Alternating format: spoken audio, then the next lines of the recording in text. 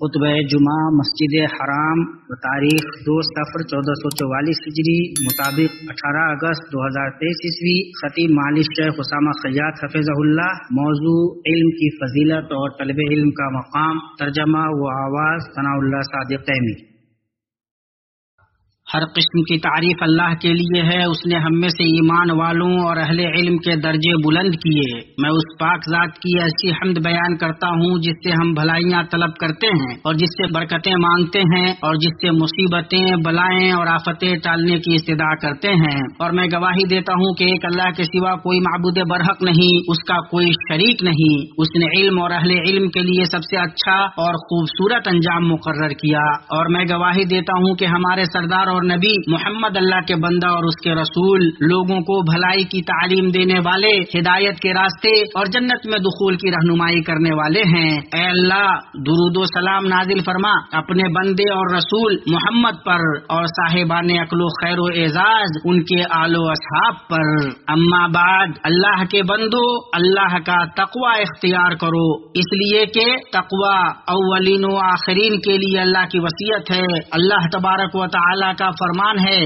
اور واقعی ہم نے ان لوگوں کو جو تم سے پہلے کتاب دیے گئے تھے اور تم کو بھی یہی حکم کیا ہے کہ اللہ کا تقوی اختیار کیے رہو، اور آدمی تب تک خیر میں ہوتا ہے جب تک وہ اللہ کا تقوی اختیار کیے رہتا ہے اور اپنے نفس اور خواہش نفس کی مخالفت کرتا رہتا ہے، اور اس کی دنیا اسے اس کی آخرت سے غافل نہیں کرتی۔ مسلمانوں، اگر علم بہت سے لوگوں کے نزدیک زندگی کی بنیاد، ترقیوں کی اساس، تہذیبوں کا ستون اور افراد اور معاشروں کے ارتقاء کا وسیلہ ہے، تو اللہ کے بندوں میں اہل خیرت کے نزدیک وہ ان سب سے اوپر ہے، کیونکہ وہ راستہ ہے جس سے اللہ سلامتی کے گھر جنت میں داخل ہونے اور اس میں موجود نعمت سے لطف اندوز ہونے کو آسان کرتا ہے، جو نہ ختم ہوگی اور نہ فنا۔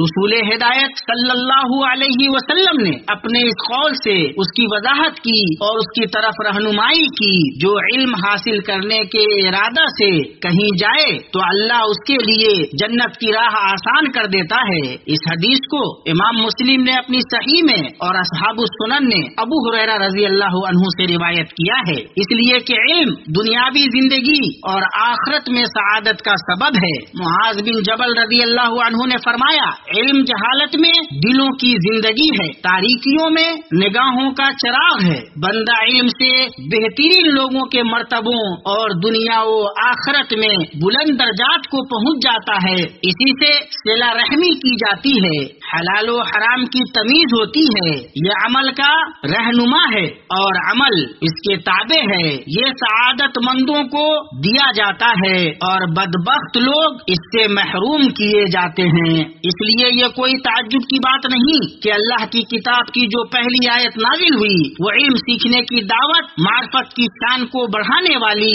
اور قلم و قرات کی قدر افزائی کرنے والی تھی، اس لیے کہ یہ دونوں اس تک پہنچنے کا راستہ اور اس کے سرچشمے سے سیرابی کا وسیلہ ہیں۔ اللہ تبارک و تعالیٰ کا فرمان ہے، پڑھ اپنے رب کے نام سے جس نے پیدا کیا، جس نے انسان کو خون کے لوتھڑے سے پیدا کیا، تو پڑھتا رہ، تیرا رب بڑے کرم والا ہے، جس نے قلم کے ذریعے علم سکھایا، جس نے انسان کو وہ سکھایا جسے وہ نہیں جانتا تھا۔ اللہ کے بندو، اللہ پاک نے علم اور اہل علم کی فضیلت، ان کے بلند مقام، اونچے مرتبہ اور معزز حیثیت کو بیان کیا ہے، اور ان کے اور دوسروں کے بیچ مساوات و برابری کی نفی کی ہے۔ اللہ تبارک و تعالی کا فرمان ہے، بتاؤ تو علم والے اور بے علم کیا برابر کے ہیں؟ یقیناً نصیحت وہی حاصل کرتے ہیں جو عقل مند ہوں، اور اللہ پاک نے علماء کو حقیقی معنوں میں اس سے خشیت اختیار کرنے والا قرار دیا ہے، کیونکہ اللہ کے کمال قدرت، عظیم قوت اور انوکھی صفات کی طرف علم نے ان کی رہنمائی کی ہے، اس سے ان کے یہاں اللہ کی حیبت اور اس کی تعظیم بڑھ گئی۔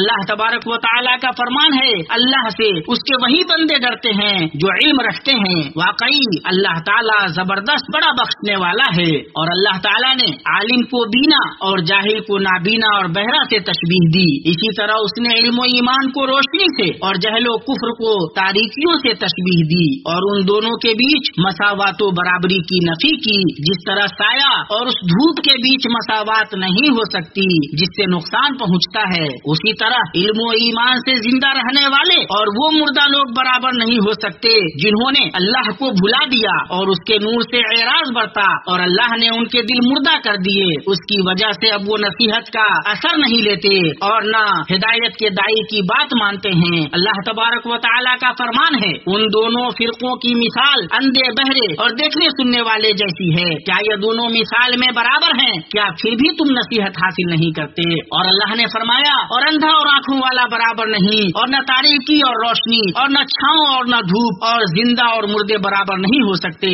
اللہ تعالیٰ جس کو چاہتا ہے سنا دیتا ہے، اور آپ ان لوگوں کو نہیں سنا سکتے جو قبروں میں ہیں۔ اللہ عز و جل نے اللہ کی وحدانیت کی گواہی میں فرشتوں کے ساتھ اہل علم کو ملایا، ان کے اس یقین کی وجہ سے کہ اللہ کے سوا کوئی معبود برحق نہیں، چنانچہ انہوں نے اللہ کی کما حقہ عبادت کی اور اس کے ساتھ شریکوں کی نفی کی۔ اللہ تبارک و تعالیٰ کا فرمان ہے، اللہ تعالیٰ فرشتے اور اہل علم اس بات کی گواہی دیتے ہیں کہ اللہ کے سوا کوئی معبود نہیں اور وہ عدل کو قائم رکھنے والا ہے، اس غالب اور حکمت والے کے سوا کوئی عبادت کے لائق نہیں۔ اور سنت رسول صلی اللہ علیہ وسلم میں تو اتنی حدیثیں ہیں کہ جیسے انہیں شمار نہیں کیا جا سکتا۔ ان میں سے وہ حدیث ہے جسے امام ترمذی نے اپنی جامع میں صحیح سند سے ابو امامہ باہلی رضی اللہ عنہ سے روایت کیا ہے کہ انہوں نے کہا، نبی صلی اللہ علیہ وسلم سے دو آدمیوں کا ذکر کیا گیا، ان میں سے ایک زاہد تھا اور ایک عالم، تو آپ صلی اللہ علیہ وسلم نے فرمایا، عابد پر عالم کی فضیلت ایسی ہے جیسے میری فضیلت تم میں سے سب سے ادنا آدمی پر۔ اللہ اور اس کے فرشتے اور آسمان اور زمین والے، یہاں تک کہ چیٹیاں اپنی سوراخ میں اور مچھلیاں اس شخص کے لیے جو نیکی و بھلائی کی تعلیم دیتا ہے خیر و برکت کی دعائیں کرتی ہیں۔ یہ انتہا کو پہنچی ہوئی فضیلت ہے، اور ایسا کیسے نہ ہو جبکہ رسول اللہ صلی اللہ علیہ وسلم نے بیان فرمایا کہ علماء ہی سچ مچ انبیاء کے وارث ہیں، اس لیے کہ جو میراث انبیاء نے چھوڑا وہ علم ہے۔ آپ صلی اللہ تعالی علیہ وسلم کا فرمان ہے، جو شخص کسی راستے میں حصول علم کی خاطر چلا ہو تو اللہ تعالیٰ اسے جنت کی راہوں میں سے ایک راہ پر چلائے گا، اور بلا شبہ فرشتے طالب علم کے عمل سے خوش ہو کر اپنے پر بچھاتے ہیں، اور صاحب علم کے لیے آسمانوں میں بسنے والے، زمین میں رہنے والے اور پانی کے اندر مچھلیاں بھی مغفرت طلب کرتی ہیں۔ اور بلا شبہ عالم کی عابد پر فضیلت ایسے ہی ہے جیسے کہ 14ویں کے چاند کی سب ستاروں پر ہوتی ہے۔ بلا شبہ علماء انبیاء کے وارث ہیں، اور انبیاء نے کوئی درہم و دینار ورثے میں نہیں چھوڑے ہیں،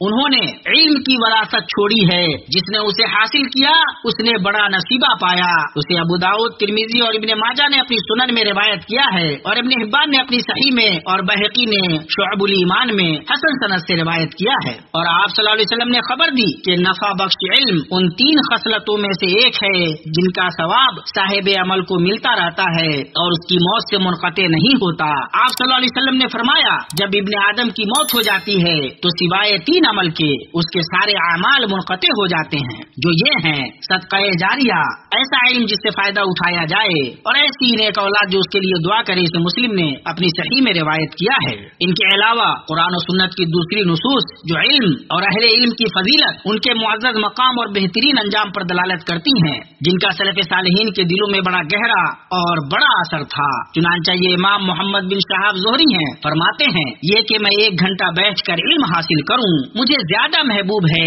اس سے کہ میں صبح تک شب بیداری کروں۔ مصعب بن زبیر رحمہ اللہ اپنے بیٹے سے فرماتے ہیں، علم حاصل کرو کہ اگر تمہارے پاس مال رہا تو علم تمہارا جمال ہوگا، اور اگر تمہارے پاس مال نہ رہا تو علم تمہارا مال ہوگا۔ اور ابن مسعود رضی اللہ عنہ جب طلبۃ العلم کو دیکھتے تو کہتے، خوش آمدید حکمت کے سرچشموں، تاریخی کے چراغ، بوسیدہ کپڑے والے، تازہ دل والے، اور ہر قبیلے کے خوشبودار پھول۔ تو کیا ہر طالب علم کے لیے اور اس کے کسی گوشے کو پکڑنے والے کے لیے اور اس میں حصہ لینے والے کے لیے بہتر نہیں کہ علم کی طرف بڑھنے میں اس کے یہاں ایسا پختہ عزم ہو جو ٹوٹے نہیں، اس کی طلب اور اس میں مصروف ہونے میں اس کی نیت خالص ہو اور مقصد اچھا ہو، یہ کہ وہ اس سے رب اعلیٰ کی خوشنودی چاہے، نہ یہ کہ وہ اس سے دنیا کی کوئی متاع پانا چاہے، علماء کے مقابلے میں فخر کرے یا کماکل لوگوں سے جھگڑا کرے یا لوگوں کے چہرے اپنی طرف پھیرے، اس لیے کہ جو ایسا مقصد رکھے یا اس سے متصف ہو اس کے لیے اس حدیث میں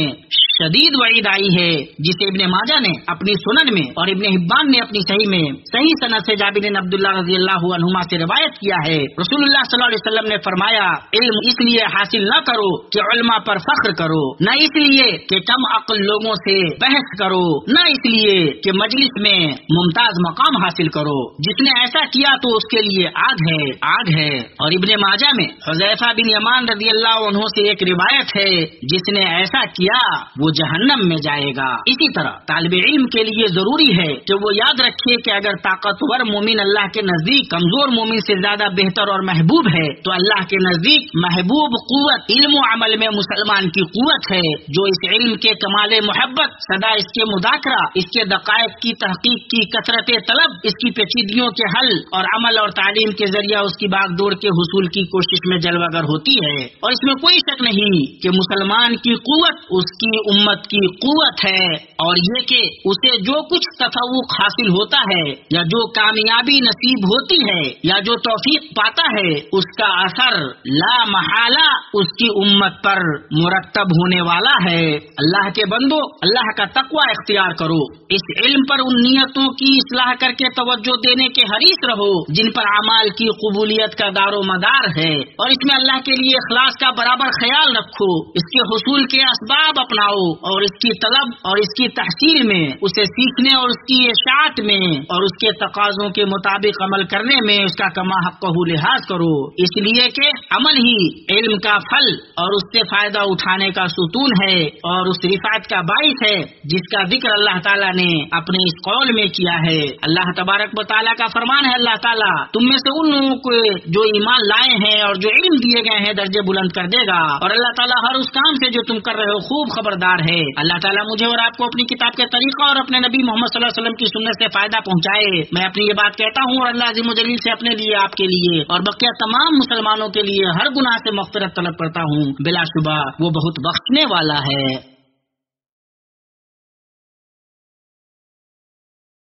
ہر قسم کی تعریف اللہ رب العالمین کے لیے ہے اور انجام کار متقیوں کے لیے ہے۔ میں اس پاک ذات کی حمد بیان کرتا ہوں اور ہر لمحے اس کی حمد واجب حق ہے، اور میں گواہی دیتا ہوں کہ ایک اللہ کے سوا کوئی معبود برحق نہیں، اس کا کوئی شریک نہیں، مقابل اور نظیر نہیں، وہ آسمانوں اور زمینوں کا تھامنے والا ہے۔ اور میں گواہی دیتا ہوں کہ ہمارے سردار اور نبی محمد اللہ کے بندہ اور اس کے رسول ہیں، جنہیں دنیا کے لیے رحمت بنا کر مبعوث کیا گیا۔ اے اللہ درود و سلام نازل فرما اپنے بندے اور رسول محمد، ان کی طیب و طاہر آل اور بابرکت و روشن اصحاب پر، ایسا درود و سلام جو دن و رات اور ماہ و سال کے پے در پے آنے تک باقی رہیں۔ اما بعد، تو اے اللہ کے بندو، ہر چند کے علم سے مراد میراث نبوی ہے اور وہ کتاب و سنت اور ان سے منسلک علم ہے، لیکن حق یہ ہے کہ یہ ہر اس علم کو شامل ہے جس سے امت نفع اٹھائے، اس کا مقام بلند ہو، اس کی حیثیت معزز ہو، اس کا خیر زیادہ ہو، اس کی ترقی جاری و ساری رہے اور قوموں کے درمیان وہ اپنا مقام حاصل کرے، اور اس سے دین کی درست تصویر بنانے، اسے دین و دنیا سے جوڑنے، تمام شعائر اور شریعتوں کے لیے کوشش کرنے میں سبب ہو، تاکہ دین و دنیا میں مسلمان سعادت سے ہمکنار ہو سکے۔ علوم حیات کے مختلف رنگوں پر توجہ دینے میں علوم کتاب و سنت پر توجہ دینی ہے، وہ اس طرح کہ ان علوم نے جو فوائد و قواعد پیش کیے ہیں، جو وسائل مہیا کیے ہیں اور جو ایجادات و اکتشافات کی ہیں، ان سے مدد لیتے ہوئے کتاب و سنت کے وافر معانی کو بیان کیا جائے۔ اللہ کے بندو، اللہ کا تقوی اختیار کرو، نفع بخش علم اور ہر نیک عمل میں مصروف ہونے کے حریص رہو، اللہ کی خوشنودی اور دنیاوی زندگی میں اپنی امت کے لیے بلندی کو پالو گے۔ اور آپ ہمیشہ یاد رکھیں کہ اللہ تعالیٰ نے آپ صلی اللہ علیہ وسلم کو خاتم الانبیاء اور امام المتقین پر درود و سلام پڑھنے کا حکم دیا ہے، چنانچہ اس نے اپنی کتاب مبین میں فرمایا، بے شک اللہ اور اس کے فرشتے اس نبی پر درود بھیجتے ہیں، اے ایمان والو تم بھی ان پر درود بھیجو اور خوب سلام بھی پڑھتے رہا کرو۔ اے اللہ تو درود نازل فرما محمد پر اور آل محمد پر، جیسا کہ تو نے درود نازل فرمایا جہانوں میں ابراہیم اور آل ابراہیم پر، بلا شبہ تو قابل تعریف اور صاحب عظمت ہے۔ اے اللہ تو برکت نازل فرما محمد پر اور آل محمد پر، جیسا کہ تو نے برکت نازل کی جہانوں میں ابراہیم اور آل ابراہیم پر، بلا شبہ تو قابل تعریف اور صاحب عظمت ہے۔ اے اللہ تو راضی ہو جا چاروں خلفاء ابو بکر، عمر، عثمان، علی سے اور تمام آل و اصحاب اور تابعین سے، اور ان سے جو قیامت تک اچھی طرح ان کی پیروی کریں، اور ان لوگوں کے ساتھ ہم سے بھی راضی ہو جا اپنے عفو و کرم، جود اور احسان سے۔ تو سب سے بہتر درگزر کرنے والا اور معاف کرنے والا ہے۔ اے اللہ اسلام اور مسلمانوں کو غلبہ عطا کر، اے اللہ اسلام اور مسلمانوں کو غلبہ عطا کر، اے اللہ اسلام اور مسلمانوں کو غلبہ عطا کر، دین کے اقلاع کی حفاظت فرما، مسلمانوں کے دلوں کو جوڑ دے، ان کی صفوں کو متحد کر، ان کے سربراہوں کی اصلاح کر، اور حق پر ان کے کلمہ کو جمع کر۔ اے اللہ اپنے موحد بندوں کی مدد کر، اور اس ملک کو اور مسلمانوں کے بقیہ تمام ملکوں کو امن و اطمینان کا گہوارہ بنا۔ اے اللہ ہمیں اپنے وطن میں امن عطا فرما، ہمارے سربراہوں اور حکمرانوں کی اصلاح فرما، ہمارے ولی امر کی حق سے تائید کر، اور انہیں نیک مشیروں سے نواز، اور اے دعا کے سننے والے انہیں تو اس کام کی توفیق دے جو تجھے پسند ہو اور تو اس سے راضی ہو۔ اے اللہ اے دعائیں کو سننے والے انہیں ان کے ولیعہد کو اس کی توفیق دے جس میں اسلام اور مسلمانوں کی بھلائی ہو، اور جس میں بندوں اور ملک کا مفاد ہو۔ قیامت کے دن تیری ہی طرف ہمیں لوٹنا ہے۔ اے اللہ ہمارے دین کی اصلاح فرما جس میں ہمارے معاملے کی حفاظت ہے، اور ہماری دنیا کی اصلاح فرما جس میں ہماری زندگی اور ہماری آخرت کی اصلاح فرما جس کی طرف ہمیں لوٹ کر جانا ہے، اور زندگی کو ہمارے لیے ہر برائی میں اضافے کا باعث بنا، اور موت کو ہر شر سے نجات کا ذریعہ بنا۔